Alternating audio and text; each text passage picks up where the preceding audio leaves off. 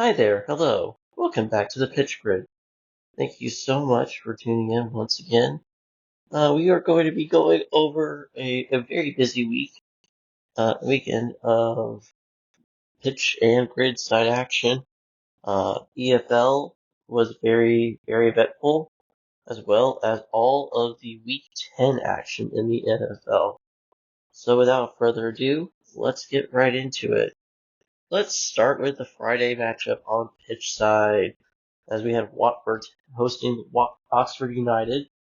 Watford coming into this game right below the playoff places at seventh. Meanwhile, the Oxford United came into this game wanting to keep their top half finish alive, as they were in, I think, 12th or 13th place coming into this. And this game just never felt close. It really never did. And yeah, Watford took advantage of great possession, great play by Scalia. Their Georgian midfielder, who just helped them dominate possession. They had a 60.4% possession to 39.6. For Oxford, 17 shots to 10 for Oxford. Watford won that battle. They had 8 of the 17 shots go on goal. Only 3 for Oxford. This just was a very Watford just got a goal in the 54th minute by Bayo Yusuf, and yeah, they just never took their foot off the gas in terms of possession and just turning Oxford over constantly. Um, Oxford tried to play their normal style. They got a couple of shots on goal. They just never could turn it into the back of the net, and that cost them. And kind of like we were saying about the midweek matchups, Oxford lost this because they couldn't be clinical enough in front of goal. They got the shot attempts. It's not that. They had some good ones too. They just couldn't be clinical enough in front of goal. Um, Watford had 11 corners in this game to only 4 for Oxford, I believe. Those 4 all came near the end of the match, which is quite interesting. So yeah, this was a pretty comfortable. It felt more comfortable than some of the stats would indicate. But yeah, with that win, actually, Watford sneaks into the playoff places, and they are in 6th place. Um, they were as high as 4th, actually, at one point. But because of other results we're about to get to, that kind of changed. Middlesbrough took it to Luton Town today, Saturday, 5-1. This was a game that did not feel close at all after the 30th minute, where Luton, 30 minutes into the game, kind of felt like they were, kind of getting a foothold in the game, and then all of a sudden, Middlesbrough just took over the possession, took over everything, and just really limited Luton, and scored 5 great goals. Luton did get a shot into the back of the net late in the game to make it 4-1, but otherwise, this never felt close. It was Luton getting absolutely cut apart by Middlesbrough. 52.3% possession for Middlesbrough, 47.7% for Luton Town, 11 shots to 5 if they're Borough, and 6 of the 11 went in on goal compared to 3 for Luton. Corners both only had 1 corner kick each, but Middlesbrough made theirs count as they scored the first goal off of the corner, and Luton had 4 corners had 4 yellow cards in this match. And yeah, they were frustrated. It was a game that got out of hand quickly, 2-0, and then just took over after that. In the second half, they just scored 3 goals and really just buried Luton and make it a pretty comfortable margin. So Burris scored 9 goals in 2 matches. Luton Town, meanwhile, and Borough actually go into 7th place, only a point back at the playoff spots going into the international break. So well played there. Luton Town, they're just hanging on. Rob Edwards looks like he's getting closer and closer to getting sacked by the day. They are only out of the relegation zone by goals scored. Um, as they are tied on points and goal differential with Cardiff. Yeah, this is just getting to be a bad season for Luton Town right after coming out of the Premier League.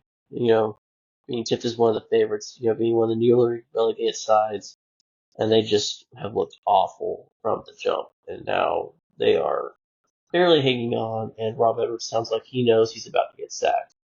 And if he doesn't get sacked this international break, that might be a pretty big conundrum and mistake by Luton Town board.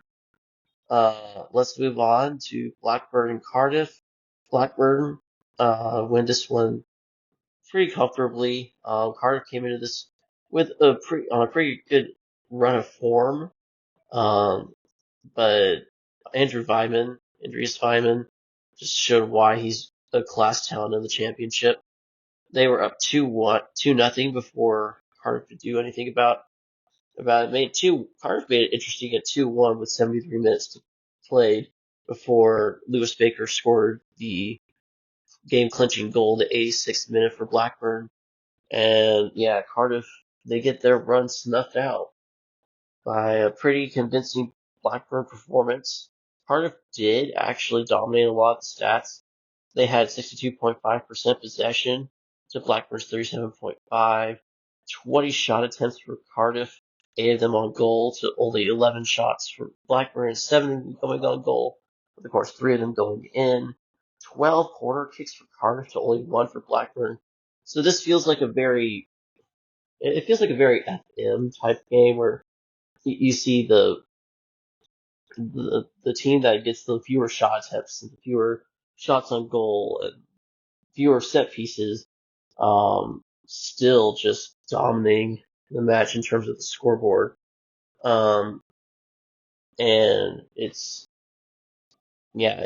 pretty impressive for Blackburn to do that against a Cardiff side that were hot, and Blackburn were kind of starting to fall a little bit.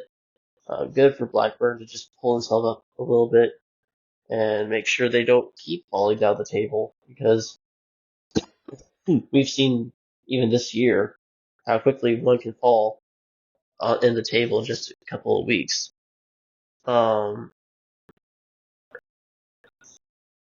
Like Oxford, who were in like 12th, I think, and now they're all the way down to 16th and only 2 points off the relegation zone. So it's the championship. It's crazy how things can change so quickly. It shows how compact the table is this year. Stoke and Millwall. This was a pretty even game for most of it.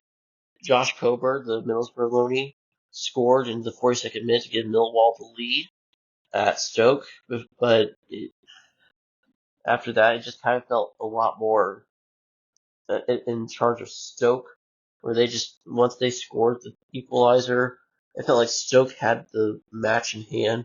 Ben Gibson scored at the 60th minute to tie it up. And then Stoke had a penalty shout, a major penalty shout, where the Millwall defender just is absolutely grabbing the shirt of the Stoke attacker, and he falls in the penalty box, and nothing is called. And so Stoker denied all 3 points as a result. And so there's been a lot of talk about that over the weekend in the championship community. But still, this felt like, again, a very dominant Stoke performance. They just couldn't get all 3 points like they probably deserved after the equalizer. Both teams had 8 shot attempts. Stoke had 3 of them going goal to only 1 for Millwall. Of course, that one was the goal by Coburn. 9 corners to 2 in favor of Stoke. Stoke didn't even have to save a shot after the Coburn goal.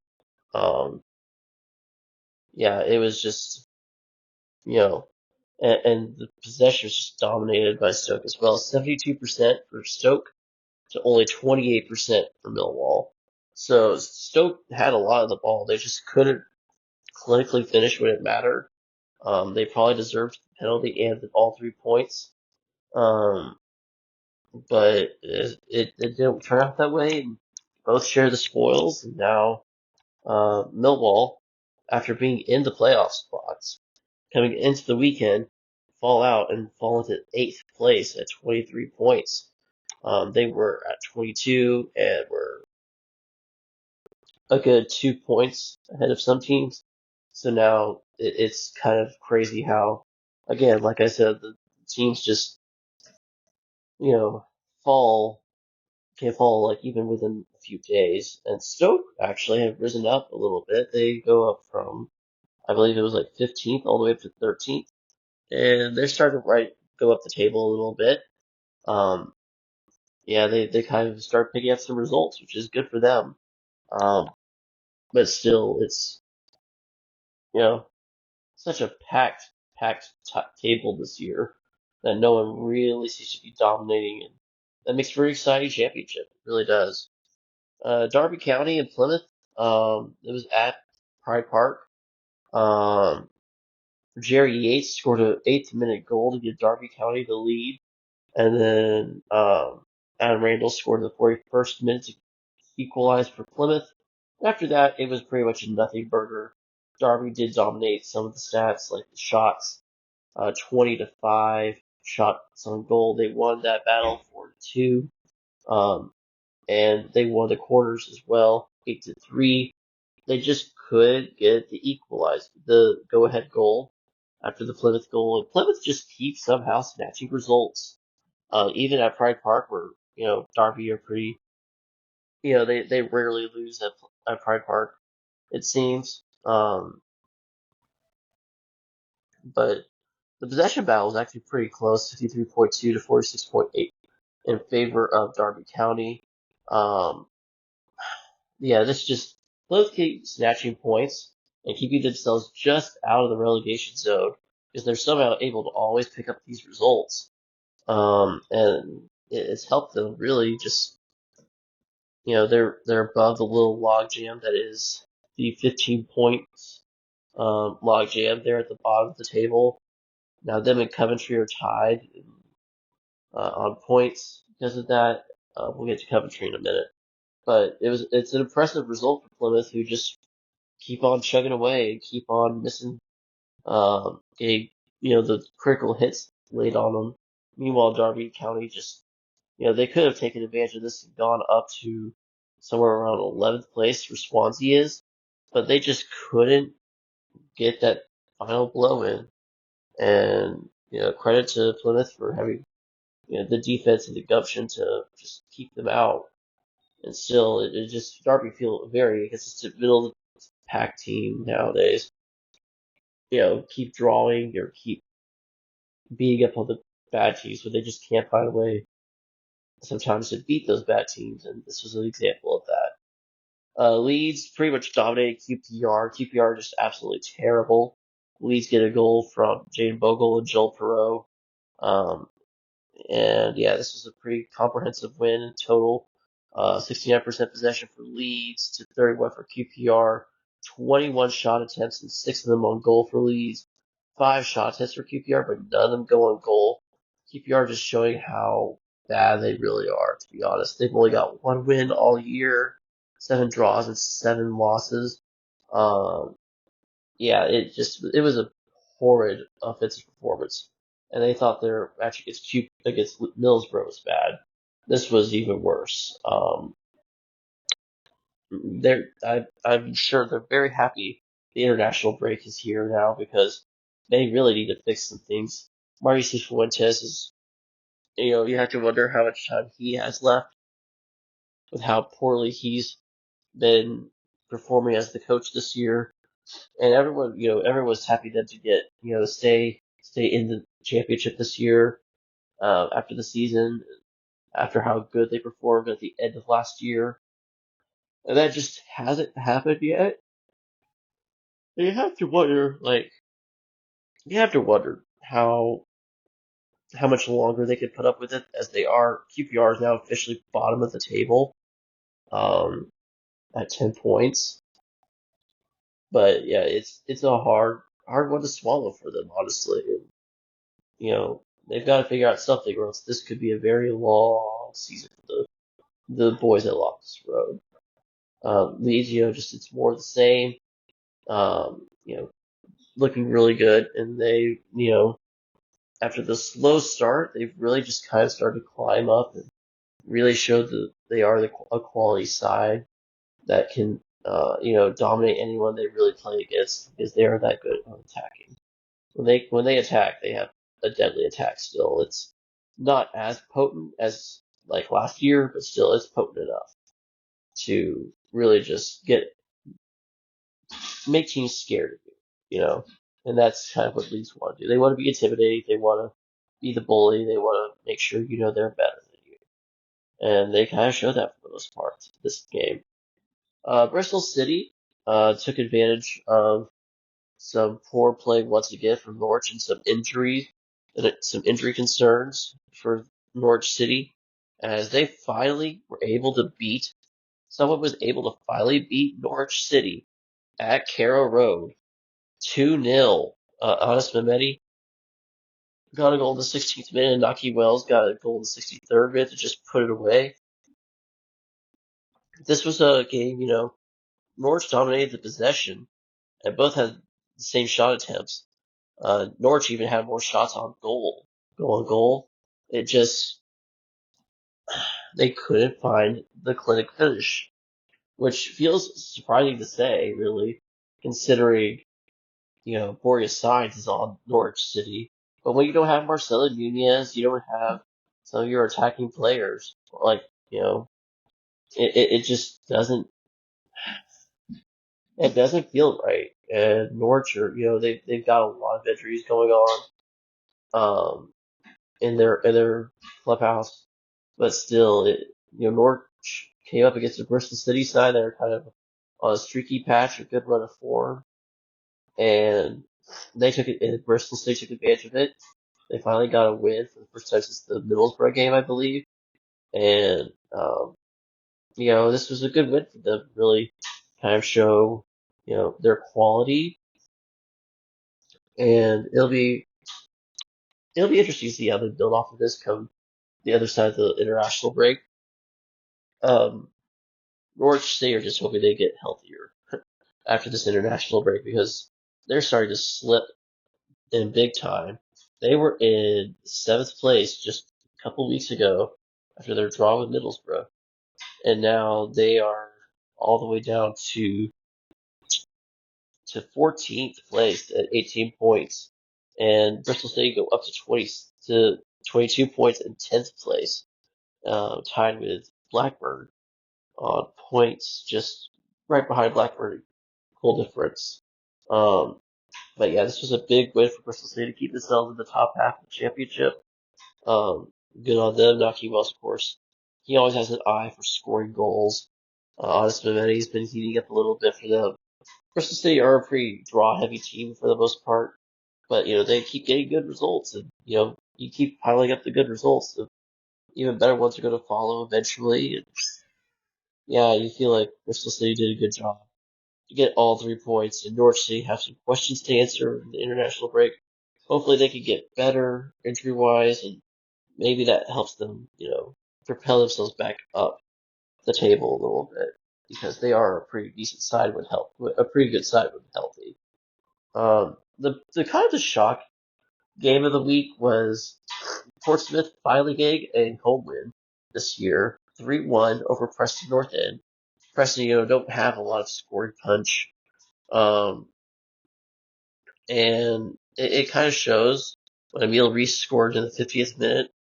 They were already down 2-0 to Portsmouth after goals by Josh Murphy and Connor Ogilvie. But then um, Emil Reese made it a game again in the 50th minute, but they just couldn't find anything else.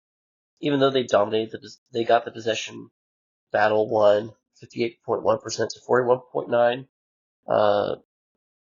Portsmouth just took it to them this game and looked a lot better, to be fair, than they have in uh, the previous few weeks. And kudos to them for getting their their first home win of the year. Colby Bishop, their leading striker from last year, did get an 89th penalty, which he scored. So kudos for him to come back from a pretty bad injury and only 3 months and score. Good for him. Um, Yeah, maybe that's the spark Portsmouth needed to just get that kind of quality back in their scoring because they definitely do not have a lot of scoring punch in terms of attacking threats and people who can really get the ball on goal. So maybe this is the start of that. It just Portsmouth to me it just felt like a lack of good, solid attacking options, and that they have a tactic that really wants to go forward. It really was successful in League One. It just hasn't felt like it's been good for them in the championship so far. And maybe this is the turning point for them. Who knows?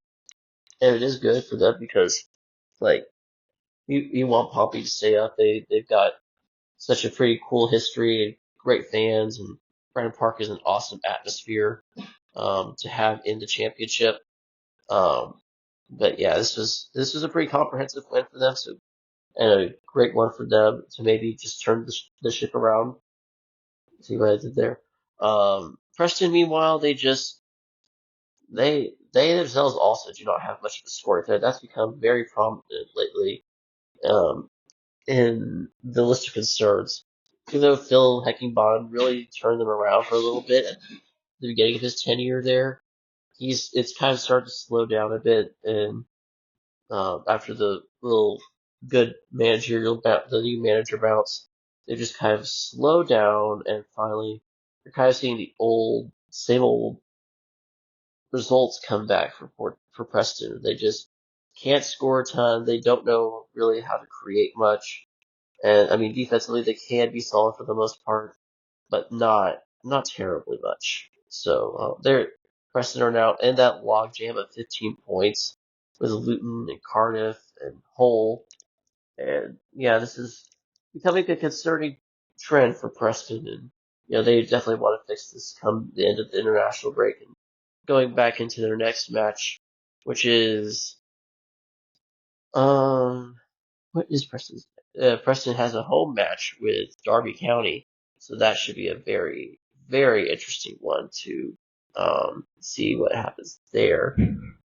See if they can turn things around against what is a mid-table championship side that is pretty stubborn and can be pretty hard to break down. So that should be an interesting test for them. But yeah, they just don't feel like they have much to offer in the attack. And even defensively, they can be broken down when you want to. So, tough loss for Preston. Great win for Portsmouth. Portsmouth really needed this to really just escape out of the bottom, out of the basement of the championship. And who knows, they might turn a corner and really take off now. So that'll be fun to see come the end of the international break when they go to Blackburn. Um, the so after Coventry sack Mac Robbins, they go to the league leaders in Sunderland, and they pull out a 2-2 draw. And this is honestly pretty impressive and shows that, Coventry do have, you know, a pretty good squad. They have the pieces there, um, to be a pretty good championship side. And against the league leaders, they show they can, they have the attacking potential. They were 2-0 down after 35 minutes. But Jack Berdoni and Haji Wright said, no, we're not going to go down without a fight, and they equalized it in the 62nd minute off the Haji Wright goal. And they had chances to take the lead. Both teams did, but, Coventry, overall, they played Sunderland rather close, and it shows, really, this is the third straight draw, actually, for Sunderland, that, Sunderland do have holes. There's not really a great runaway team like there was last year in the championship, like Leicester City was. Um, Coventry won the possession battle, 52.2% to 47.8 for Sunderland. Uh, Coventry had 8 shot attempts to Sunderland's 9. Sunderland had 5 of theirs go on goal to only 3 for Coventry. Um, Coventry did win the corners 7-2. Um, so it's a great result for Coventry to pick up a point right after the horrible news of sacking Mark Robbins. Not feeling like there's much optimism at the club. Um, And so it's an important point for them to pick up and, stay out of the bottom three logjam that is the bottom of the table right now with four teams tied at 15 points. And just, you don't want to be part of that. And, everyone thought, oh, they could get smashed here, but no, they put up a good fight. And, kudos to them. Kudos to Reese Carr, the caretaker manager, for having them ready for this game. And well done.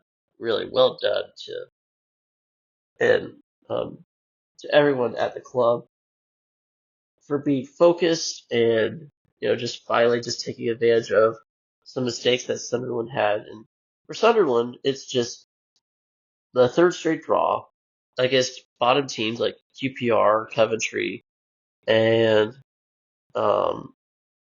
Preston. And it's kind of makes you scratch your head a bit because they were dominating until this last little stretch of games. I think they're still picking up points. So, like, it's not like they're dropping, all 9 points or anything, but still, considering the tear they had been on, and that partly might be because Joe Bellion's been suspended. There's been others that were suspended for this game as well. Like, I think Isidore wasn't suspended because he played in this game. He scored a goal, I think. Yeah, he scored a goal, the first goal, the 17th minute. But they had several people suspended for this game. Joe Bellingham was suspended for another game. I believe that was the second game of the three that he suspended for. So he'll be suspended as well for, I believe, for the next match, which is at Millwall. So that should be interesting. But yeah, I mean, now we're going to get to in a second. Now they're tied with Sheffield United on points because they keep dropping these, and Sheffield United have just been closing the gap with solid win after their loss to Middlesbrough. So it's kind of just been, it's interesting to look at now just to see, Sunderland are finally, they might be finally starting to find, the other side of that form, the blistering form they've been on. But it'll be interesting to see where they go from here with that. So it's a kind of a deflating draw for them going into the international break, but we'll have to see how they respond. Yeah. So and then on Sunday we got the first Sheffield derby of the season. It was a pretty tight game for the most part until Tyrese Campbell scored in the 50th minute. Both teams had chances. Um, Sheffield Wednesday never got a shot on goal. And I think that's the story of the game because even though they got shot attempts off, they got 10 of them to be exact. They just couldn't find it. I mean, Sheffield United, to be fair, really didn't get shots on goal either. They had 8 shot attempts. Only one went on goal, and that was the goal by Tyrese Campbell in the 50th minute. And yeah, this was a tight game. It felt very edgy and very, tight by both teams. Both teams did not want to lose. Both teams kind of wanted to win, but you never really saw any real. Well, it's a very physical game as well for the most part. Lots of great thunderous tackles coming in from both sides, and um, it shows with the amount of corners and stuff that these teams were trying to win, but also at the same time they felt really tight. They did not want to lose this game. I mean, that's obvious. Like, you don't want to lose the derby game, but still, you kind of feel like it would have been, if they had been a bit more open, it might be more interesting. But still, it was, yeah, Sheffield Wednesday take advantage of kind of a spotty Sheffield Wednesday defense. And Tyrese Campbell off the corner just slots it home. And really, that's all the difference, really. Because Sheffield Wednesday just don't have a ton of quality options to just slot home goals consistently. And Sheffield Wednesday do. Sheffield United have a very good defense, as well as one of the best in the championship. And yeah, it's pretty interesting to see because they've only allowed 7 goals all year, when the second best in the championship on goals allowed. So good for them, to pick up a huge derby win, before the international break. before they send all their players off for a couple of weeks before their game at Coventry. So yeah, good show by the Blades. Um, and kind of disappointing for Wednesday because you felt like they really needed this game. Um, they really want. You kind of felt they wanted it, but at the same time, they're just meh. They really can't find anything to separate them from a lot of teams, and that's kind of I think what's going to cost them anything close to the playoff or top half finish. They are tied with Norwich on points. They just have the very worst goal differential compared to Norwich. -8 to +1. -8 for Sheffield Wednesday, +1 for Norwich. So um, yeah, it's just kind of a disappointing loss for Sheffield Wednesday. And a solid win, not great, but a solid win over their rivals for Sheffield United. West Brom got their first win since September 21st in 9 games, beating Hull 2-1. West Brom get goals from Carlin Grant and Josh Maja 5 minutes apart in the 12th and 17th minute. And João Pedro scored a goal in the 40th to make it a game for Hull City. And Hull, for the rest of the time, did dominate the possession. Stats show it the 67.2% possession for Hull to 32.8 for West Brom. Hull had the more shots, 13 to West Brom's 5. Both teams had 3 shots on goal. Hull had more corner kicks at 4-3. This just felt like an even game, really, after the João Pedro goal. It's just and even at times it felt like Hull City had more of the momentum. It just never felt like Hull were going to actually score. Like they would put attempts into the box, but they never could actually finish. And that's kind of, it's kind of interesting that that's a bit of a theme for a lot of teams this year that they can't finish clinically when they want to, especially those teams at the bottom. Hull in particular, just um, it's very disappointing. Um, yeah, it's a very disappointing result for them as they, stay down there near the bottom three, tied on points, and yeah, the whole really needed all 3 points here, and they just couldn't find the equalizer even pick up a point, and that kind of just sums up the whole season. Really, they're close, but they just can't find the extra edge, and honestly, for them, that's kind of disappointing considering where they were last year, challenging for a playoff spot and just falling short at the end last year. And then they sacked Racina. Liam Racina was sacked, because they thought, oh, they could do better. And then they signed Tim Burner, I think that's his name. And he just hasn't done much for them. And they lost a lot of the loan players that they really thought they could use to boost themselves into the playoffs last year, like Carvalho and Philogene and others, and Liam Delap. Um, yeah, and now Aaron Connolly's gone as well. He's with Sunderland. Yeah, it's just they've lost a lot of their key players from last year, kind of like Coventry, and it really shows that they have a ton less quality than they had last year. And I mean, I'm sure it's very frustrating for Hull City fans um, to see that, but it's a good win for West Brom.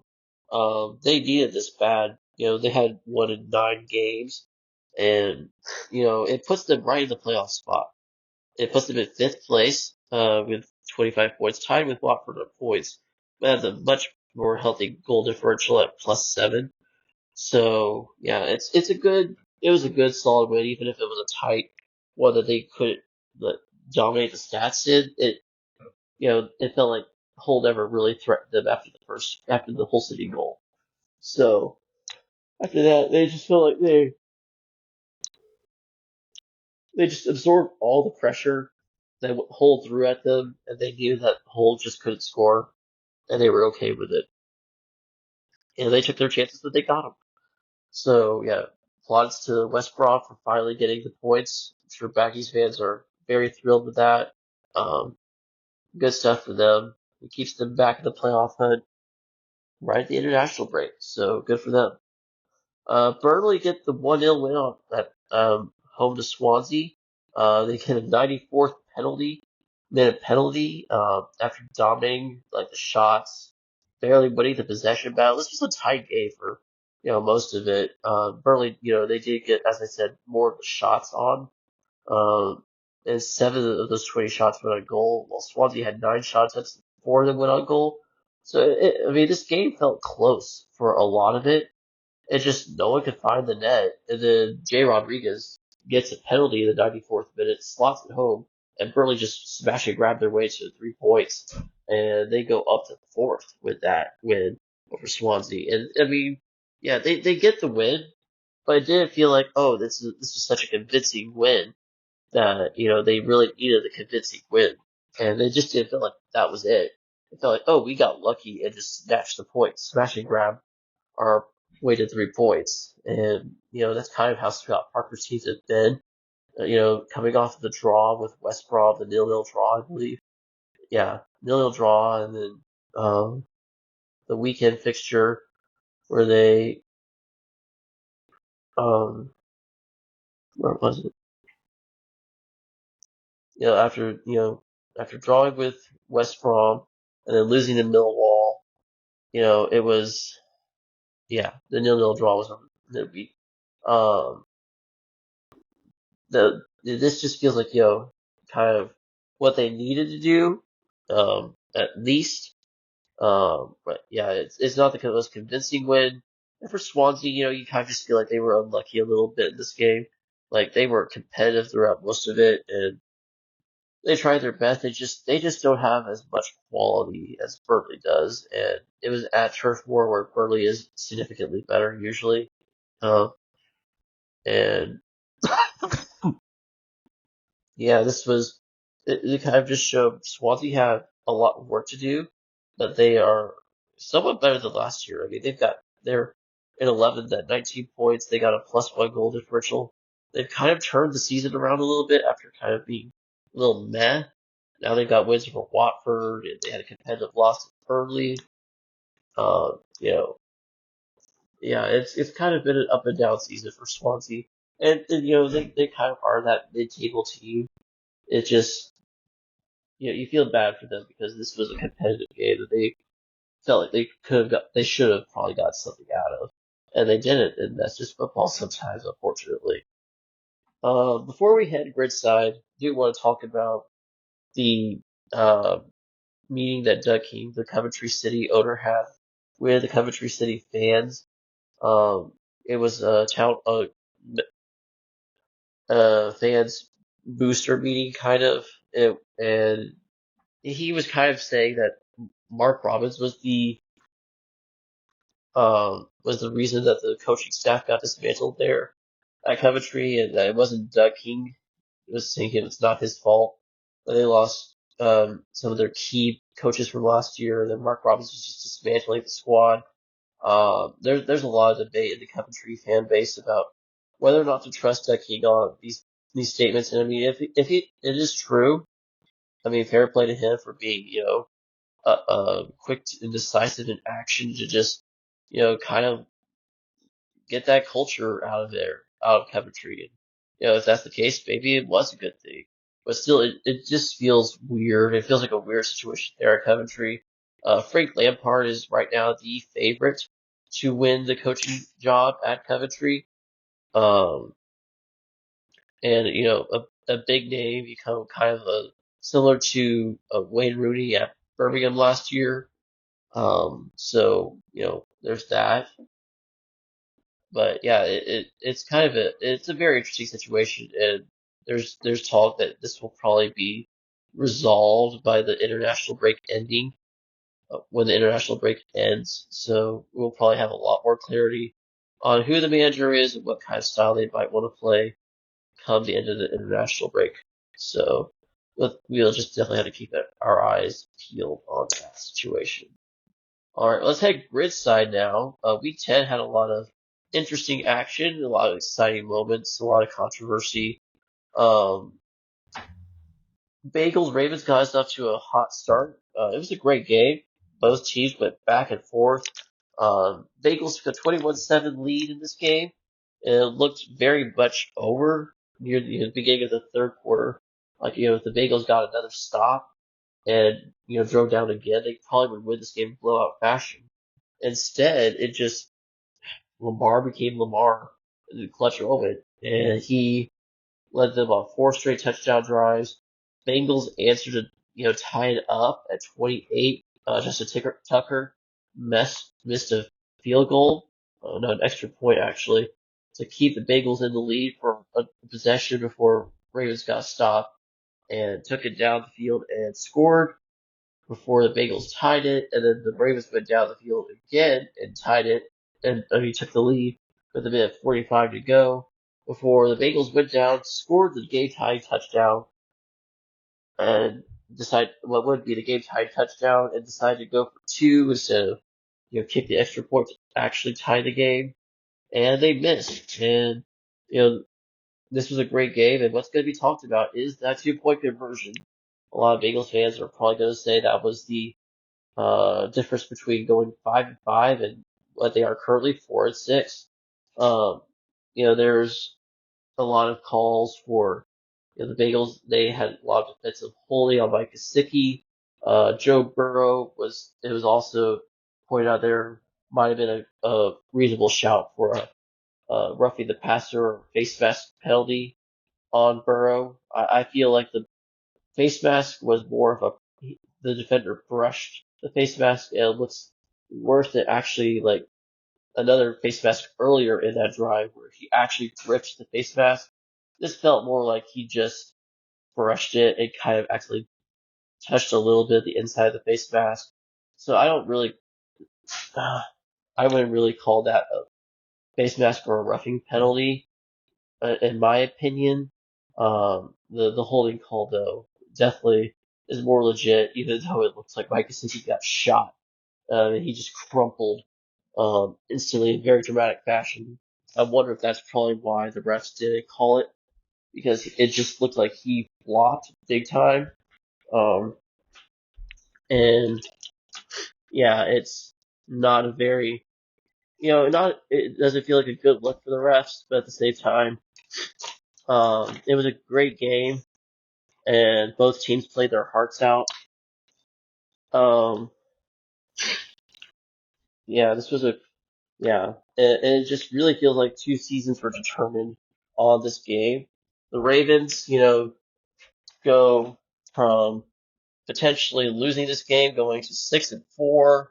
Their season kind of where's the season going, and only being a game ahead of the Bengals.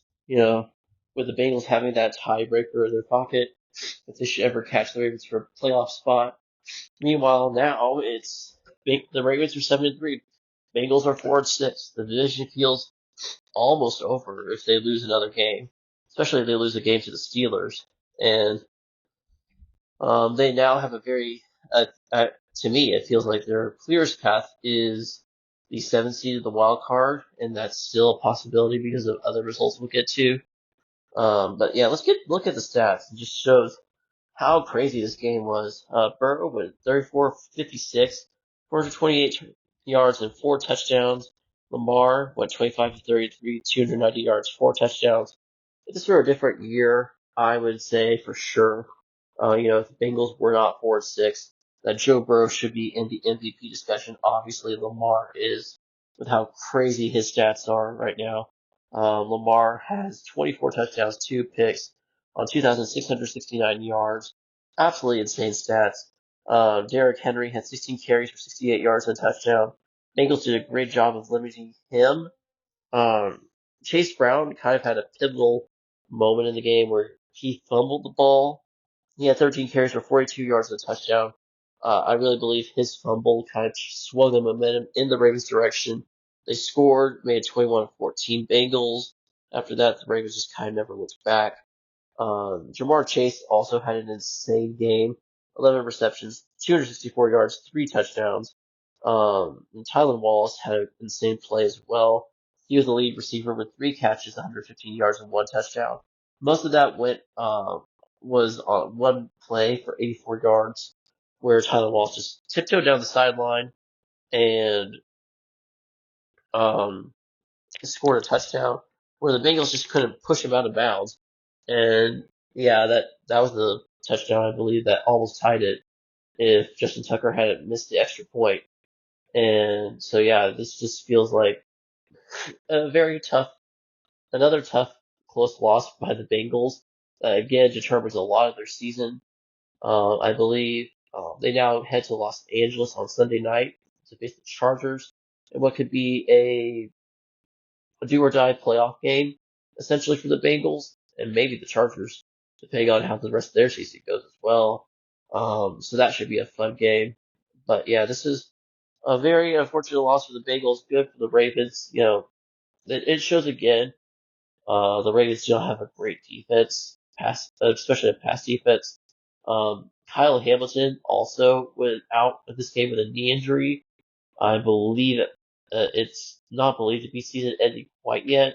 I don't think anyone said specifically if he is out for the year or not, but he might be out for the next game. We'll have to see about that. Chiefs Broncos was it was an ugly game. It was a division game, kind of like I said it would be.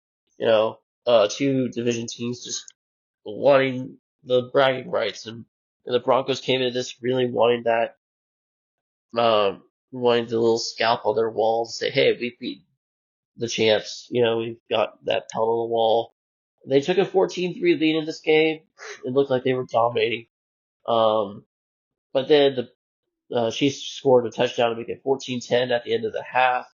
Um, there's calls for the illegal touching penalty. I kind of see it. Broncos fans are saying it's too soft. I would say it it was enough to call it illegal touching.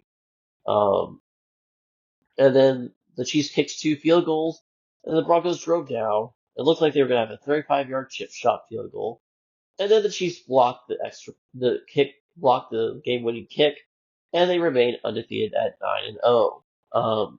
You know, this wasn't a pretty game by any means. Both teams, you know, the Chiefs had opportunities to make this a bigger lead, make this a bigger game, and not have it determined by a blocked kick. They just could take advantage of some opportunities, and neither could the Broncos. Um, yeah, this is a sloppy game on both sides. It wasn't like the quarterbacks had bad stats either. Bo Nix went 22 of 30 for 215 yards, two touchdowns. Mahomes went 28 of 42, 266 yards and a touchdown. Both running backs had, you know, decent games. This was a matchup, I think, that primarily you saw two great defenses going at it. Um, and it showed that, you know, the offenses really couldn't get going. So high respects to both teams for that. Both of these teams are still in the playoff. Obviously, the Chiefs are 9-0, top seed in the West right now. Playoffs ended today. Top seed in the AFC, I should say. You know, the Broncos are now the seventh seed in the playoffs at 5-5. They're fighting for their playoff lives at this point. So that's going to be a very interesting AFC race. And you know, they still have, and the Chiefs want to get revenge also probably for the loss to Denver at Denver last year, which broke a 16-game winning streak over the Broncos. Um, yeah, this was. It's not going to be a game that's remembered, you know, like one of the best games in Broncos Chiefs history, but it's definitely one for like the old school defensive guys who just love those kinds of games. And yeah, a win's a win. And really, you know, if you don't play bad offense, like you're giving up mistakes or anything. I mean, it wasn't perfect by any means on either side, but you know, the Chiefs got it done when it mattered most, and it's a win, and they go 9-0 before they face the Buffalo Bills next week, which should be a very fun game. The Germany game this week was the only game of the last international game of the year, Panthers Giants. This was kind of an ugly game as well. Panthers took a 10-0 lead. And actually, it made it 17-7 before the Giants came back 10 points in the fourth quarter to tie it. It says overtime. And then with 5 seconds left, they tie it at 17 before it's descended overtime. And then on the first play of overtime, The Giants fumble the ball and give it right back to the Panthers. Panthers set themselves up for the game-winning field goal. Eddie Pinheiro nails it, and the Panthers are actually on a winning streak. They have a 2-game winning streak now. Bryce Young didn't play awful, but he wasn't great either. Neither was Daniel Jones. Daniel Jones went 22 37 for 190 yards, 2 picks. Meanwhile, Bryce Young was 15 25, 126 yards and a touchdown. Chuba Hubbard carried 28 times for 153 yards and a touchdown. Tyrone Tracy had 18 carries, 103 yards and a touchdown for the Giants. Yeah, this was a competitive game for the most part. It did feel like it was 17-7, and then the Giants just made a competitive game because, of course they had to. It wasn't the greatest football, but still, if you kind of like the ugly games, again, somewhat defensive slugfest, then you're gonna like this game. You know, Panthers had the Giants had more offensive total yards, but they had 3 turnovers. The only Panthers won. Um, and the Giants had more first downs and won the time of possession battle. So you would think, the Giants deserve to kind of win this game. And then you look, except for the turnover battle. And then when you look at the turnover battle, that's kind of what's going to determine most games. And, if you lose 3 turnovers, you're probably going to lose a game. And that's exactly what happened. So the Giants, actually, this week, right after the game on Monday, it was actually Brian Daboll, the Giants coach, said they were exploring all their options at quarterback. So who knows? The Daniel Jones era might be ending pretty soon for New York. And, that's a shame considering how a few years ago he was paid, after having a pretty decent year, when they beat the Vikings in the wild card game. And, it looked like he might be actually able to grow, and he just never did. So it's kind of a disappointing, and kind of Giants thing to do, but still, it was a ugly game. But the Panthers win, and now they've got 3 wins on the year somehow, and who knows what's going to happen with that team now. So kind of a weird game, but still kind of fun at the same time. Feels weird to say, but anyway, then we get 2 teams with 2 losses: the 6-2 Steelers, 7-2 Commanders, and Washington. And this was a pretty fun game actually for the most part. Um, Commanders actually held a 14-10 lead with 8:11 to go in the second quarter. No, actually Pittsburgh held a 14-10 lead at that point before Washington took the lead with only 16 seconds left in the first half off an Austin Eckler touchdown run, 1-yard touchdown run. And then the Commanders went up 24-14. And then after that, the Steelers just decided to make a comeback and outscored them. And outscored them 17-7. 17-3 to end the game, and that kind of just, yeah, really, well, actually 14-7, 14-3, and yeah, that ended the game really, and Steelers got the lead with 2:22 to go off of Mike Williams' touchdown pass, 32-yard touchdown pass for Russ. Russell Wilson actually played a very good game. He had 14 of 28 yards, 14 of 28 passing, 195 yards, 3 touchdowns and a pick. So very efficient for him for the most part. Jaden Daniels, after a great start to his career, only went 17-34 for 204 yards. Austin Eckler had most of the touchdowns in this game. 13 carries for 44 yards, 2 touchdowns. Yeah, this just felt like a blown opportunity for Washington. To be honest, they had the 27-21 lead, and they just couldn't capitalize. And Russell Wilson, he was able to. And this started to look like prime Russell Wilson here, scrambling, making efficient plays, throwing to wide open receivers, making himself look good. And this is exactly the kind of quarterback the Steelers wanted to get in Wilson, and it looks like he's delivering. and he looks like he's very comfortable in this offensive system. It was a close call, but still the Steelers find a way to pull out a win, and it's an impressive win to say the least. They improved to 7-2 and keep a game lead on this division over the Ravens. Meanwhile, the Commanders fall to 7-3.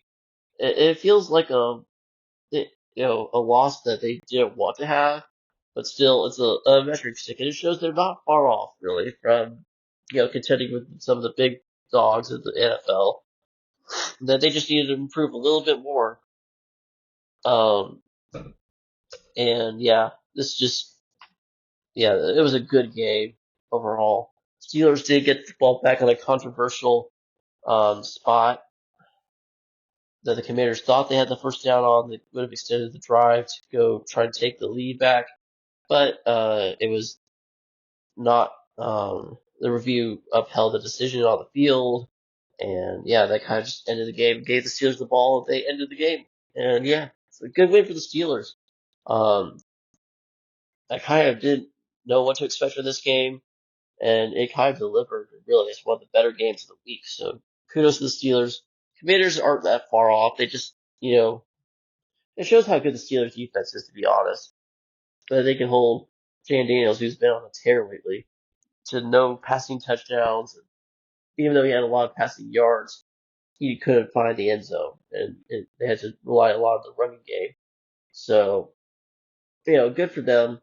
The Steelers and Commanders just need to improve on a couple of things probably before they can really do any contending in things. But it'll be interesting to see, what happens, um, what happens when they play the Eagles in a few weeks as well, because they're still in the hunt for the division.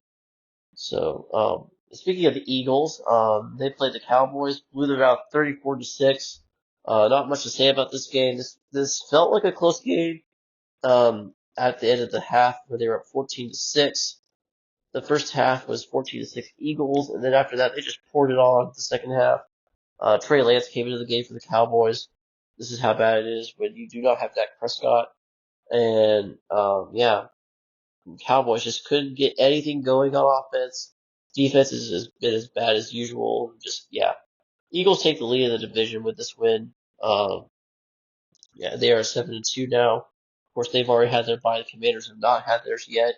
So that's a big help for the Eagles right now because they, haven't had to play as many games as the Commanders technically. But right now, they get the division lead back over the Commanders. But it's gonna be a fun division race there because them and the Commanders just look pretty good overall. They, could go blow for blow all season. That's going to be a fun division race. Vikings, Jaguars, it's looked like for a long time that the Jaguars would, be able to steal this win out. They had a 7-6 lead going into the fourth quarter.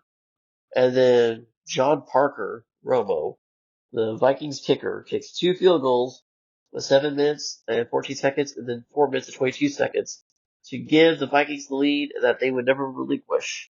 Mac Jones was the quarterback for the Jaguars in this game. Sam Darnold, Sam Darnold and Mac Jones had a masterclass at quarterbacking. 24-38, 241 yards, 3 picks. Meanwhile, Mac Jones went 14-22, 111 yards, and 2 picks. So really, not both were not that good. The Vikings do improve to 7-2, but man, it was not a great game for either offense, to be honest. Lots of field goals, except for the Mac Jones touchdown run at the first quarter with 3:44 left to give the Jags the 7-3 lead. They just couldn't score after that. It is just, you look at the offensive yards.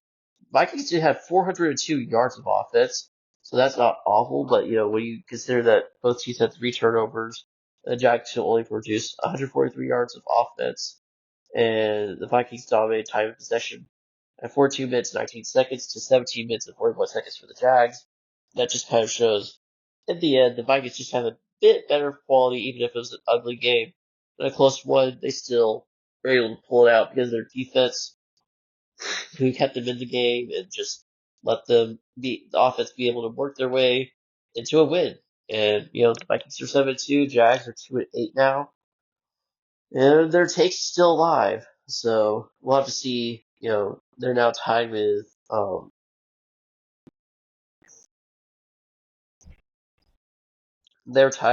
teams like the Giants for the first overall pick.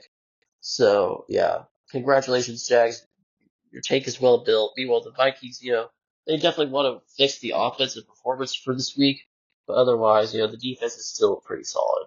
And hopefully they can just move on to next week where they face who do they face? They face the Titans. So maybe hopefully they can rebound next week. So that should be interesting to watch. Falcons Saints, this was kind of a surprise. Uh, in a little bit because the Saints had lost 7 straight. But yeah, this was a game that really the Saints led for most of. They led 17-7 at one point and 20-10 at one point, so it never felt like the game was totally out of their reach. The Falcons did score a garbage time touchdown with a minute left to make it 20-17, but the Saints played a lot better football this game than they had in previous weeks. 60-25 for Derek Carr, 269 yards, 2 touchdowns. Um, Kirk did have his best game as a Falcon. He went 23-38, 360 yards and a pick. Bijan Robinson scored a lot of the touchdowns for the Falcons. 20 carries, 160 yards, 2 touchdowns. Alvin Kamara was limited to 17 carries for 55 yards. The guy who went off for the States, though, Marquez Valdes-Scantling, with 3 catches, 109 yards, 2 touchdowns, really was the offensive MVP. He caught both of Derek Carr touchdown passes. Um, yeah, the Saints just looked like the better team for most of this game. They never really looked like they were going to trail. Even though the Falcons had a ton of offensive yards, the one turnover really cost them. And yeah, it's a good divisional win. Kind of like I said, divisional games are really unpredictable, and you never know who's going to win them. The bad teams can win them at home a lot of the time, and that's kind of what happened here. The Saints just took it to the Falcons really and showed that they can pull off these kinds of wins, but it just might be a little too late. And Younghoe Koo, the really usually solid field goal kicker for the Falcons, he missed 3 kicks this game, and yeah, that's huge. Um, so he started to struggle. He's had a struggle year this year. Younghoe Koo has. Um, Probably those 3 kicks give the Falcons the lead. 26-20 probably, somewhere around there. But still, yeah. Rough game for the Falcons. They will definitely look to rebound from this. But the Saints were pretty good overall in this game. The 49ers Bucks game, that was also a pretty good one. Um, um, 49ers kicker, he missed 3 field goals. Um, Jake Moody, came back from injury. Um, signed with the 49ers. And, after trailing a little bit in this game, 17-13 in the fourth quarter, off the Bucky Irving 12-yard touchdown run. And then the Bucks going down to tie it with 41 seconds left. Um, Brock Purdy leads a masterclass drive down the field, gets them in field goal position, and the 49ers get the 44-yard field goal to win the game. And yeah, this was a close game. Brock Purdy had a really good game. 25-36, 353 yards, 2 touchdowns. Baker Mayfield went 18-29, 116 yards and a touchdown. Christian McCaffrey, this is his first game back in action. He had 13 carries for 39 yards. Meanwhile, Bucky Irving had 13 carries for 73 yards and a touchdown for the Buccaneers. Rachaad White also was the lead receiver for the Bucks. 6 catches, 39 yards and a touchdown. Meanwhile, Jawan Jennings came back for this game as well. 7 catches, 93 yards. Most of this game was dominated by the 49ers. They had a lot more of the offensive yards.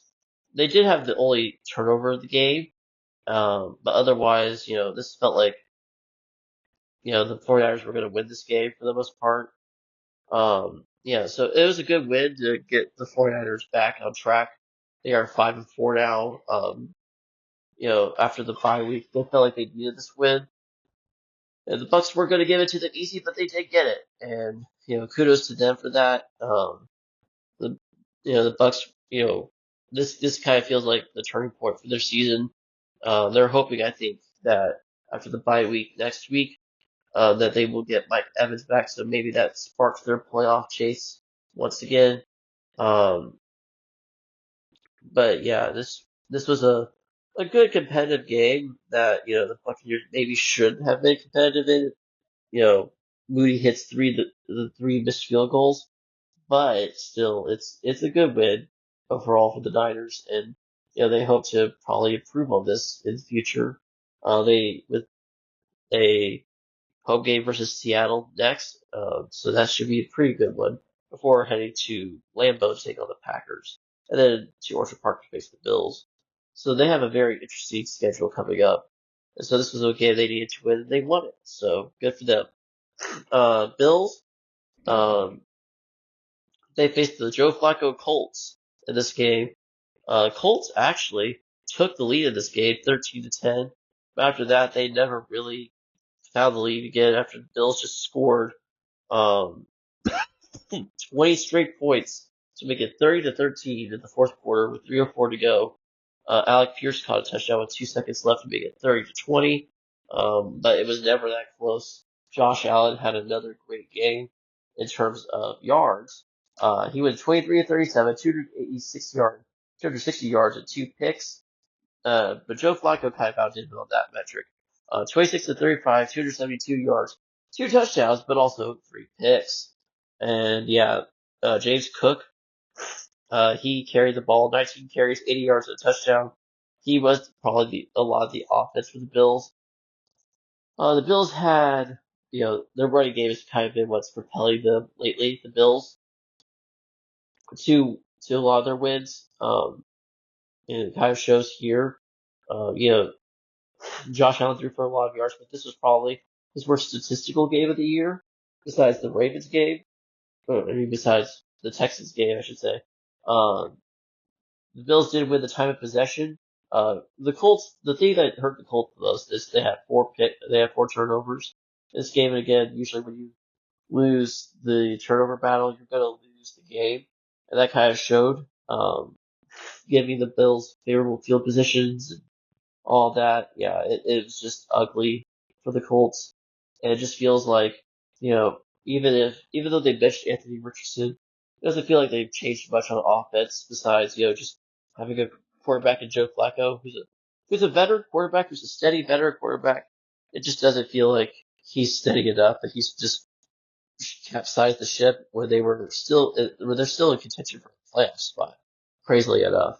So, yeah, this was a hard one for the Colts to take.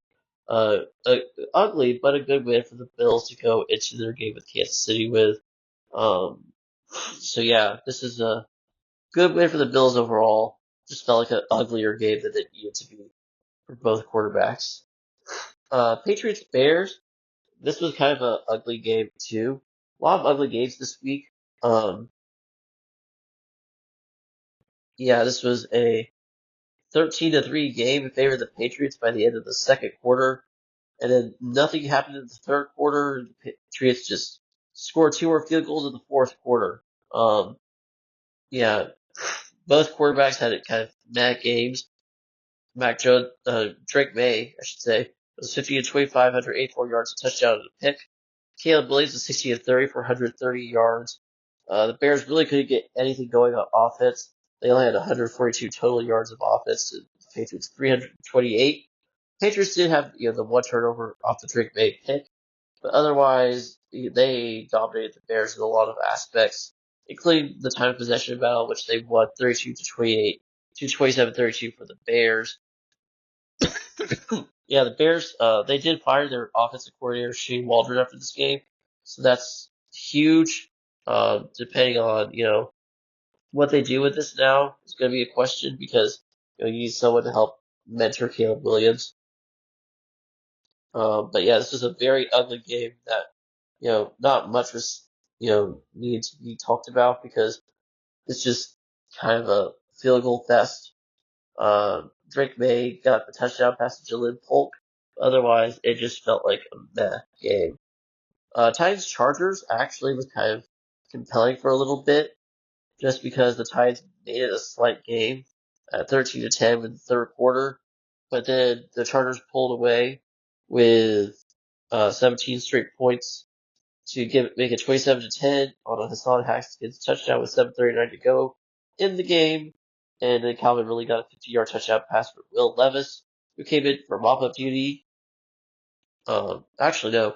Will Levis actually started this game. Sorry. My bad. This was Will Levis' first start since he had his AC joint injury. So, good for him. He actually had a pretty decent game, stat-wise, for Will Levis standards. 18-23, 176 yards, 2 touchdowns.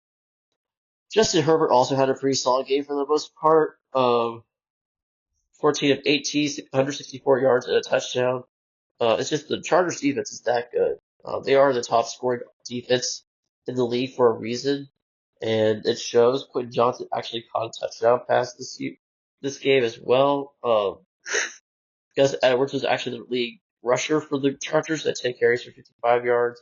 Tajay Spears was the lead rusher for the Titans, 7 carries for 47 yards. Calvin Ridley, of course, is the lead receiver for the Titans at 5 catches, 84 yards, and 2 touchdowns. Yeah, this was just a game that the Chargers dominated for the most part. 309 total yards of offense to the Titans, 289. Neither team had a turnover in this game. Chargers won the time of possession battle. Overall, it feels like a tighter game than stats-wise than it actually was, probably for the most part. It wasn't close until just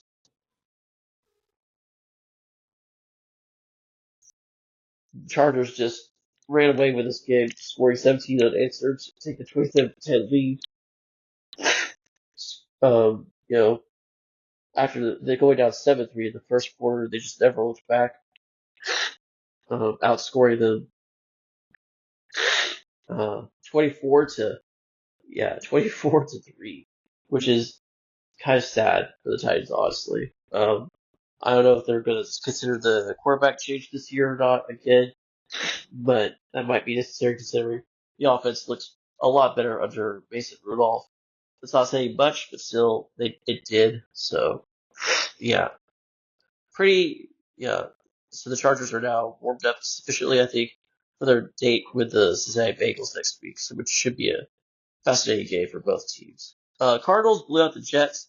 Aaron Rodgers did not score a touchdown in this game. Cardinals looked absolutely dominant. Um, Trey Benson actually was the lead rusher for the Cardinals in this game. Marvin Harrison Jr. scored a touchdown. James Conner also was the lead receiver for the Cardinals in this game. This just never felt close at all. Only 2 field goals for the Jets, and just the Cardinals ran away with this. Really, Kyler Murray had a touchdown run, and yeah, Kyler's just really, in my opinion, really racking up a case for comeback player of the year after being out all last year. And he's looking solid this year, really. He really is. 2,058 yards, 12 touchdowns, 3 picks for the year.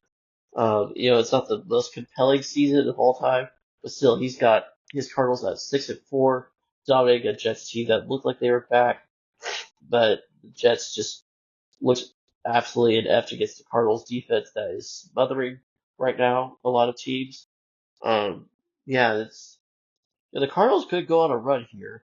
They have the Seahawks, the Vikings, the Seahawks, the Patriots, and the Panthers. So if they can take advantage of both of these games, that'd be huge in terms of their playoff push.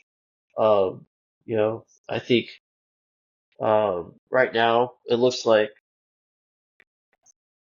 um, if they were not to be in the division race, that the 7th seed might be a very plausible option for them, considering the Bears are 4-5 and they would have the tiebreaker over them on that.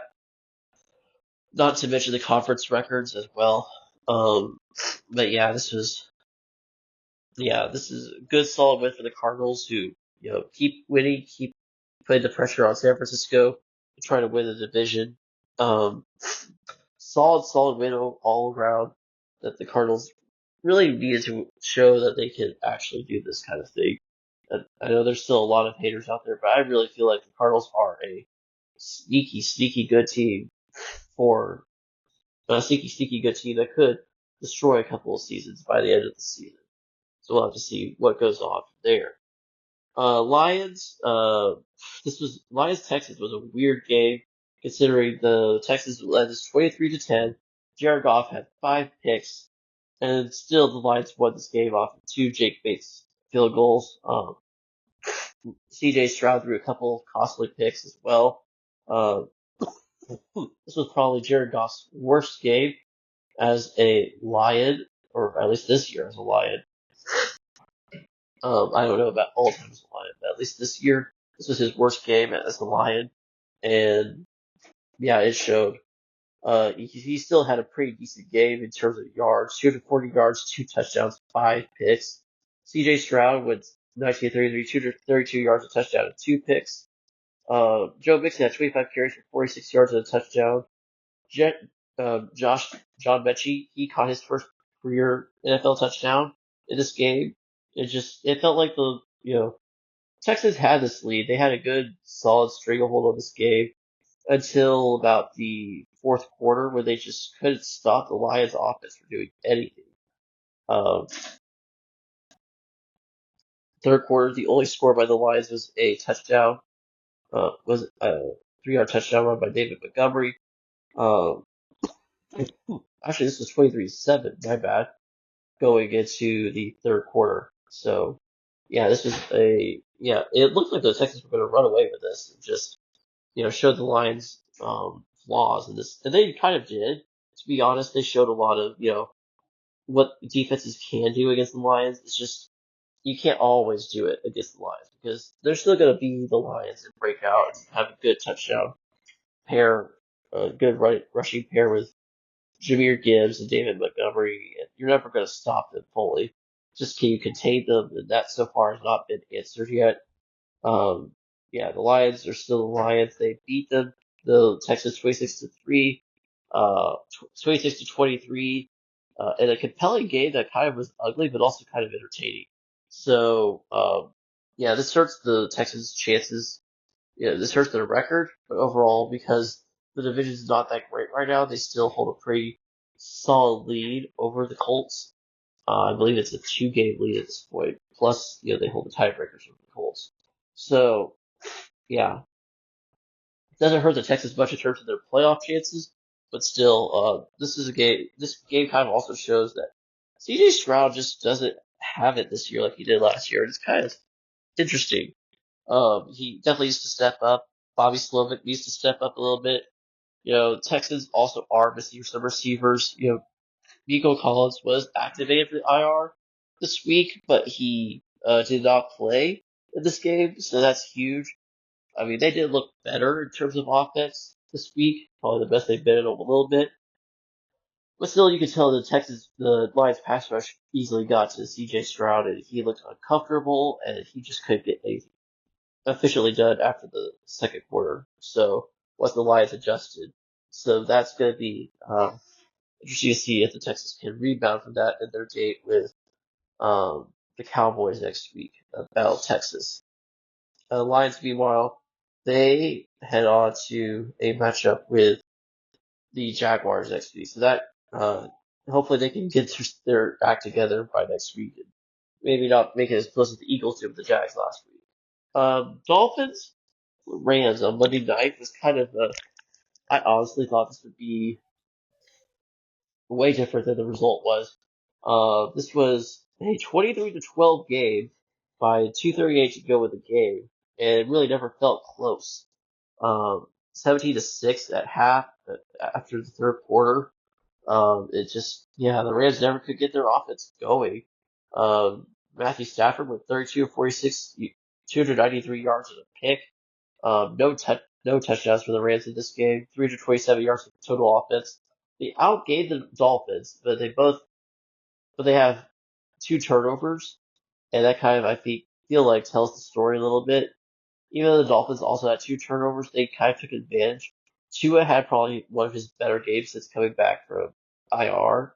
28, 260, 207 yards, a touchdown, and a pick. Yeah, this was a solid rebound game for the Dolphins, which they really desperately needed. Only a couple of touchdowns. Tyreek Hill did get a touchdown pass from Tua in this game, so that was huge. I'm sure for Tyreek, who was even the lead receiver for the Dolphins in this game. Um, but still, this is the Rams dominated a lot of the stats or had the advantage of the stats. They just couldn't do anything with that advantage. And yeah, the play calling was abysmal for the Rams in this game. So yeah, the Dolphins stopped a 3-game skid. Um, and the Dolphins, the Rams, meanwhile, even though the season might be over for the Dolphins, it's good to just get a win, I'm sure. Meanwhile, the Rams, they looked like, they were back. They had a 4-4 record after a great win against the Seahawks in overtime last week. And then they just crapped the bed in a very embarrassing offensive performance. And the defense, that looked solid for the last few weeks, looks pretty thin this week and looks very beatable. So it's going to be interesting to see what adjustments the Rams make as well before they head on to their next game, which is against at New England. So this should be a very interesting game to see if they can rebound from. Meanwhile, the Dolphins, they have a date with the Raiders at home next week. So that should be a very interesting game in terms of draft position, probably. I mean, let's be clear, the Dolphins actually probably aren't mathematically out of this yet. It sure feels like they are, though, in a lot of ways. And unless they go on a super big run, they probably will not make the playoffs. It just feels unfortunate that now, they're starting to get good again. They're probably out of it because Tua was just out for too long, and it feels like he was the spark they really needed all along. So yeah, kind of unfortunate for the Dolphins that it happens this way, but still, yeah, huge win for them anyways. Just to gain some confidence back. Well, that's going to be the episode for this week. Thank you so much for tuning in. Please give us a like and a follow. Subscribe on YouTube. We are on Spotify, Audible, Amazon, and Apple Podcasts. We also have an Instagram and a TikTok, and a Facebook account as well. Please, and all the links are going to be in the description. So those are very easily accessible. Please click on those and follow us. We really would greatly appreciate that. And join us on Thursday as we go for a preview. We're going to have an international break for the EFL Championship, but that doesn't mean we're not going to cover the NFL stuff. And we might have a couple of segments on the EFL fantasy as well as maybe some other EFL segments as well, just kind of pace over for the international break. So hope you can join us for that episode and hope to see you soon.